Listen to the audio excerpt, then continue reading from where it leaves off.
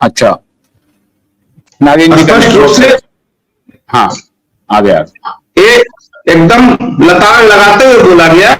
हालांकि मतलब ये लोग नहीं समझते हैं। इन लोगों को जब आप भी अगर कहा जाता है तो लोग सोचते हैं कि हमको बहुत सम्मान दिया जा रहा है, इन लोग पकड़ के दो झप्पड़ मार दिया जाएगा तब कहें कि नहीं हमको बेइज्जत किया गया। उसको पहले लोग मानते ही नहीं है, चाहे वो सहारा के वरिष्ठ लोग हो चाहे नीचे का लोग हो, सबका यही हालत है।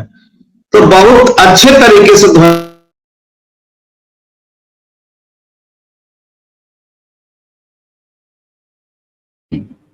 ठीक है, मोटी तौर पे ये बात आ गई। लेकिन क्या ये विष्णु जी क्या ये लगता है कि ये कल का जो निर्णय है इससे निवेशक के हित में फैसला आया है और ये पैसा निवेशकों का अब सुरक्षित हो गया है और मिल करके रहेगा, ये आपको भरोसा है? तो हमने देखा इस तरह से, जिस तरह से इंसल्ट इनका हो रहा था बहुत अपमानजनक था। और बात आई कोऑपरेटिव का केवल एक लाइन ही कल आया था, ज्यादा नहीं।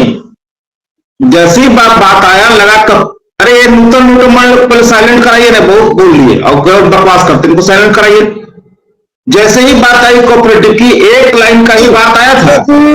आप नगेंद्र जी आप बात करने टाइम आप साइलेंट रहिए। जब बात आई कोऑपरेटिव की, एक लाइन का बात आया था, कपिल सिब्बल साहब को लगा कि वही गिर जाएंगे क्योंकि अब उनका भांडा फूट जाएगा। वो खुद ही बोले कि हमारा जो मामला है वो 65,000 करोड़ रुपया कोऑपरेटिव का है। जज साहब बोले उस पर मैं अभी आना नहीं चाहता हूं, उस पर मैं नहीं आना चाहता हूं। अभी जो कहा जा रहा है वो आप केवल करके आइए। और उसके बाद कहें कि अगर ये ऐसा नहीं करते तो एक नई सूचना कल हम लोग को पता चला जिसके बारे में हम लोग को आधी अधूरी जानकारी थी और उससे हम लोग को एक लाभ भी मिला। आपका एमबी वैली का लिक्विडेशन के लिए माननीय दिल्ली मुंबई हाई कोर्ट में फाइल गया हुआ है। यहां तक वो बोले कि अगर आप पैसा नहीं देते तो मुंबई हाई कोर्ट में जो लिक्विडेशन के लिए आया हुआ है उसकी प्रक्रिया सुप्रीम कोर्ट स्वयं जारी करेगा और उसका भी को लिक्विडेट कराते हुए वो पैसा जो आएगा वो सहारा सेबी के अकाउंट में आएगा। ये हम लोगों के लिए अच्छा इसलिए हुआ है जानकारी से कि अपना जो लीगल टीम है उसमें हमारे जो वकील साहब हैं वो एनसीएलटी का केस और बाकी लिक्विडेशन का केस वो बहुत ज्यादा करते हैं और इसमें वो काफी एक्सपर्ट हैं। तो बोले अब तुम लोगों को भुगतान का रास्ता खुल चुका है। सेबी में जितना पैसा आएगा चाहे वो सरकार के माध्यम से आवे या इनकी संपत्ति बेच के जितना आएगा उतना तुम लोगों को लाभ होगा, क्योंकि हमारी पिटीशन की सुनवाई अभी शुरू नहीं हुई है। जहां से इनका एंड होगा हमारा शुरुआत वहां से होगा। वो सारा कोऑपरेटिव का मामला अभी चलेगा, आपका जो पीआईएल है वो सब भी चलेगा, आपका रिट पिटीशन भी चलेगा। अब ये मामला शांत तो हुआ नहीं है, वो बढ़ेगा आगे। एक बात मैं जानना चाहता हूं कि कोर्ट ने जो ये कहा कि सहारा फाइनेंशियल और सहारा जो रियल एस्टेट है उसको जेबी आप कीजिए, ज्वाइंट वेंचर करके आप पैसे का जहां से भी बंदोबस्त कर सकते हैं करिए। इसका मतलब क्या था कि इसके पहले ज्वाइंट वेंचर पर क्या रोक लगी हुई थी इन दोनों कंपनियों पर? ये लोग करता क्या था ना सर कि जैसे जब इसकी नीलामी की बात आती थी तो सहारा वाला क्या करता था, अपने लोगों को ही 10 लाख 20 लाख रुपया डाल करके उसको खड़ा करवा देता था नीलामी में और नीलामी को टलवा देता था। उस पर माननीय सुप्रीम कोर्ट ने एक आदेश पारित कर दिया था कि अब जो लोग इसमें आएंगे लेंगे उसका जो भी सिक्योरिटी मनी होगा वो करोड़ों में होगा और अगर वो पीछे भागते हैं तो उनकी जो ये संपत्ति पैसा जो है वो जब्त कर लिया जाएगा।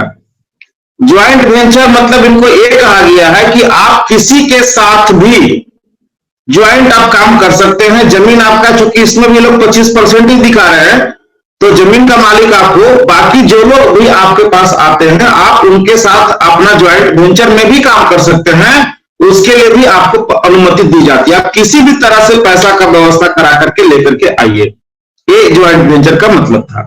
ये तो बहुत प्रैक्टिकल अप्रोच कोर्ट ने लिया, और कोर्ट का इसका मतलब सिंपैथेटिकली कोर्ट देख रही थी कि निवेशक का पैसा कैसे भी करके लौटे, कोई ना कोई रास्ता निकाला जाए और वो रास्ता जी। फुल प्रूफ हो। तो ये इसका मतलब हुआ कि कोर्ट बिल्कुल इस पर संज्ञान लिए हुए है कि निवेशक का बिल्कुल। पैसा डूबने ना पाए, चाहे जो भी आप रोड मैप देते हैं दीजिए।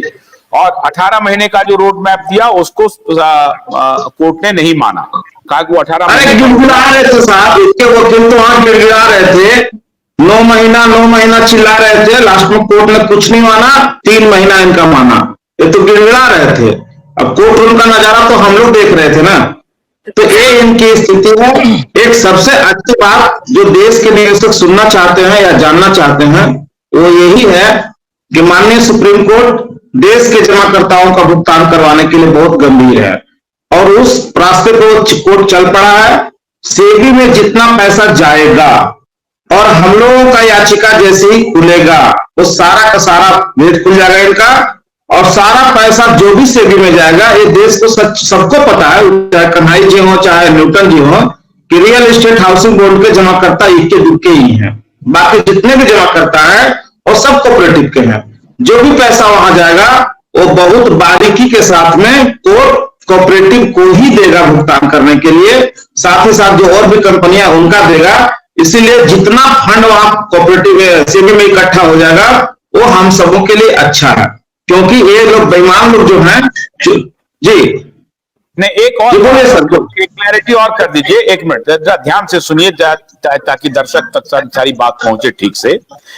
एक तो ये हुआ कि आपको अनुमति दे दी गई कि भाई आप ज्वाइंट वेंचर कीजिए और पैसा का बंदोबस्त कीजिए, लेकिन सेबी के अकाउंट में तो सिर्फ 10,000 करोड़ रुपए जाने हैं एज पर कोर्ट।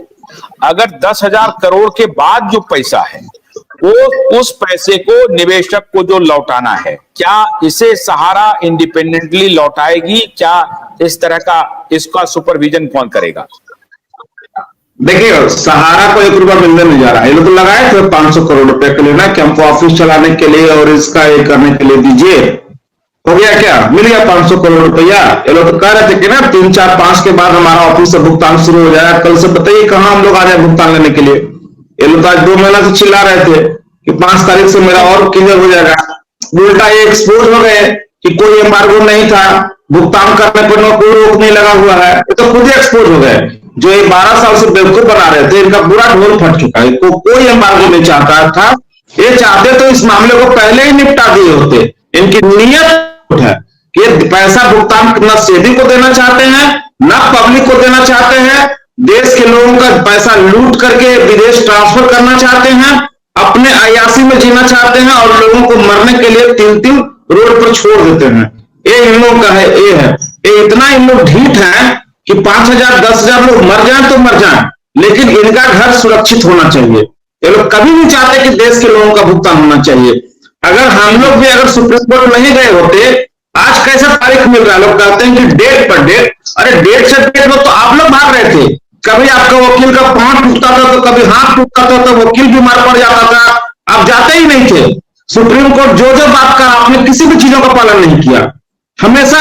कल आप इसमें भी यही हुआ है सर, इसमें भी लोग लंगर करना चाहते थे कि किसी तरह से टाइम पास हो जाए कि हमारा मुद्दा तक मामला ही नहीं आवे। आप बताइए ना, पांडिचेरी से, कर्नाटक से, दूर दूर से गरीब लोग आए थे आईए के माध्यम से कि सर हमने घर